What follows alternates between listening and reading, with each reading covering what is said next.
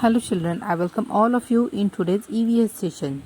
In today's session we are going to see chapter number 13, Directions and Maps. Chapter number 13, Directions and Maps.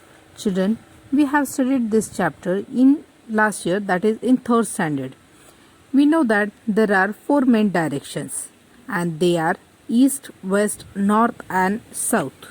The direction in which the sun rises is the east. The direction in which the sun sets is the west. East and west are opposite to each other. If we stand facing east, the west is behind us. At that time, the north is to our left and the south is to our right. The sun rises and sets every day. That is why the sun is used to determine the directions. This was all about 4 main directions. But sometimes few things lie between 2 main directions. At that time, what should be done? So, there are some sub-directions. Let us see them. So, children, sub-directions always lie between 2 adjacent main directions. In the above picture, you can see that between north and east, you can see a sub-direction northeast. Similarly, between east and south, you can see southeast. Between south and west, you can see southwest. And between west and north, you can see northwest. So, east, west, north and south are main directions.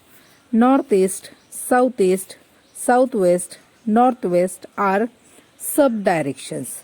They are called sub-directions. Directions are always parallel to the ground.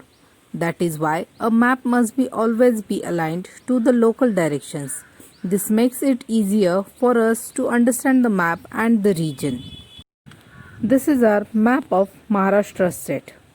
Now, in the right corner below, you can see index showing state boundary, district boundary, state capital, second capital. After near to index, you can see the 4 directions are shown: east, west, north, south.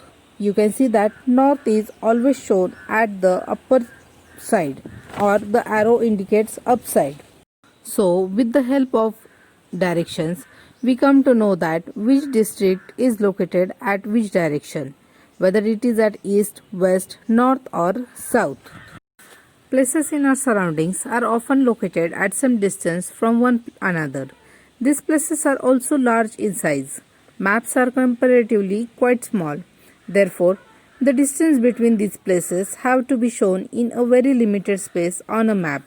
When we draw pictures of houses, mountains and people, we draw them to fit the size of the paper we are drawing on. It is the same while drawing maps. While drawing a map, the distance between 2 places on the ground has to be shown in such a way that it fits the paper. The distance on the map is proportionate to the distance on the ground. So children, in this chapter we have seen there are 4 main directions, namely east, west, north and south. As well as there are 4 more directions called as sub-directions, and they are northeast, northwest, southeast and southwest. Now children, directions and sub-directions have been determined by man on the basis of the rising and setting of the sun. Thus, nature can be our guide. Now children, you have to read this chapter 3 times and then you have to complete your workbook for the lesson Directions and Maps in neat and clean handwriting. Thank you. Bye.